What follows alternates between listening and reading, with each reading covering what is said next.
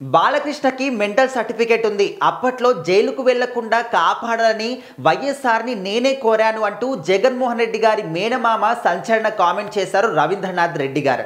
So మరి రీసెంట్‌గా బాలకృష్ణ గారు అసెంబ్లీ సాక్షిగా ఒకవైపు చిరంజీవి గారిని, ఇంకొక వైపు జగన్మోహన్ రెడ్డి గారిని ఏ విధంగా దూషించారో మనం చూసాము. అంటే ఇలాంటి మాటలు మాట్లాడొచ్చా అని కూడా చాలా మంది అంటూ ఉన్నారు. అయితే అందరూ కూడా గుర్తుంచుకోవాల్సినటువంటి, తెలుసుకోవాల్సినటువంటి విషయం ఏంటంటే ఇప్పుడు బాలకృష్ణ గారు అన్న మాటకి ఏ మాత్రం కూడా ఎవ్వరు కూడా ఫీల్ అవ్వాల్సిన అవసరం లేదు. ఎందుకంటే దానికి ధీటుగానే వాళ్ళు చేసే పనులు కూడా ఉంటాయి. కానీ ఓకే, బాలకృష్ణ గారు అన్న మాటలు ఖచ్చితంగా తప్పే అని ప్రతి ఒక్కరు కూడా అనుకుంటున్నారు. కానీ ఈ మాటని తప్పు అని అనుకునే వాళ్ళకి కూడా గత ప్రభుత్వ హయాంలో వైఎస్ జగన్మోహన్ రెడ్డి గారు ఆయన సీఎం పదవిలో ఉన్నప్పుడు ఆయన పార్టీలో ఉన్నటువంటి కొంతమంది కార్యకర్తలు కావచ్చు, నాయకులు కావచ్చు, ఎమ్మెల్యేలు కావచ్చు, మంత్రులు కావచ్చు, ఎమ్మెల్సీలు కావచ్చు, ప్రతి ఒక్కరు కూడా మరి అప్పట్లో ప్రతిపక్షంలో ఉన్నటువంటి చంద్రబాబు నాయుడు గారిని, ఆయన కుటుంబ సభ్యులని, ఆడవాళ్ళని, పవన్ కళ్యాణ్ గారి పిల్లల దగ్గర నుంచి కూడా ఎంత అసభ్యకరంగా, ఎంత నీచంగా మాట్లాడిన సందర్భాలు కూడా అనేకం కూడా ఉన్నాయి.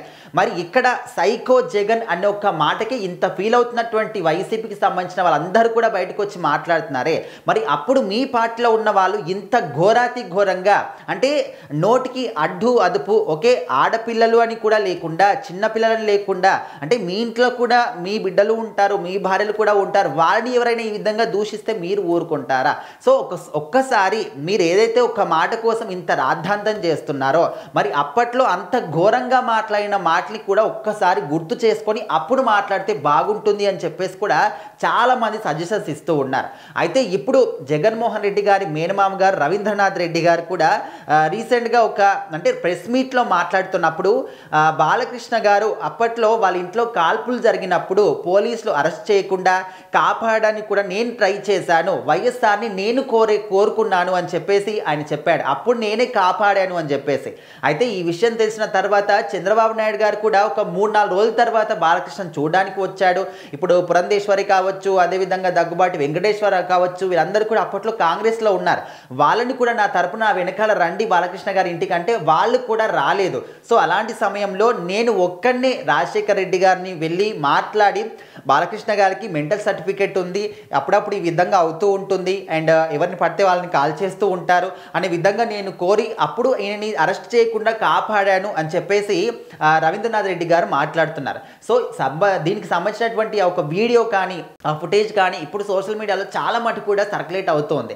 సో నిజంగా ఇదంతా కూడా జరిగిందా, లేకపోతే ఆయన ఇదేమన్నా కల్పించి చెప్తున్నాడా అని దానికి కూడా మన దగ్గర సరైనటువంటి ఆధారాలు కూడా లేవు. కాకపోతే ఖచ్చితంగా ఒక్క మాట మాత్రము క్లియర్గా చెప్పగలం.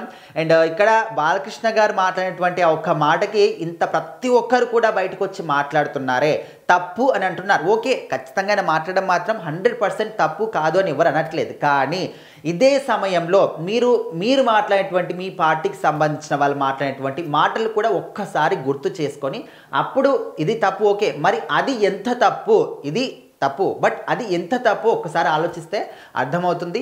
సో ఓవరాల్గా అయితే రవీంద్రనాథ్ రెడ్డి గారు చెప్పినటువంటి మాటలు మాత్రం చాలా వైరల్ అవుతూ ఉన్నాయి.